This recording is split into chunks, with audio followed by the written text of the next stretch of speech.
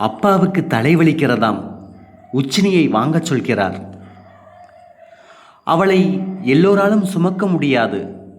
10 யானை கணம் அவளென்று அப்பா ஆடும்போதெல்லாம் சொல்வார்.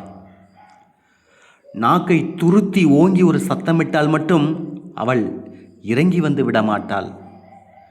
நெருப்புக்குள்ளும் தலையை குடிக்கிற தைரியம் வேண்டும். அப்படியாப்பட்டவனால்தான் அவளை சுமந்து ஆட முடியும். இதையும் அப்பாதான் சொன்னார்.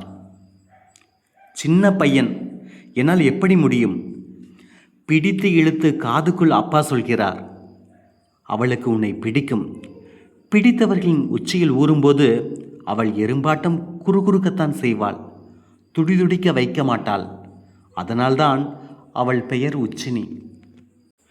இந்தா அவளை வாங்கிக்கோயேன். உங்களையும் அவளுக்கு பிடிக்குமே, அப்புறம் என்ன?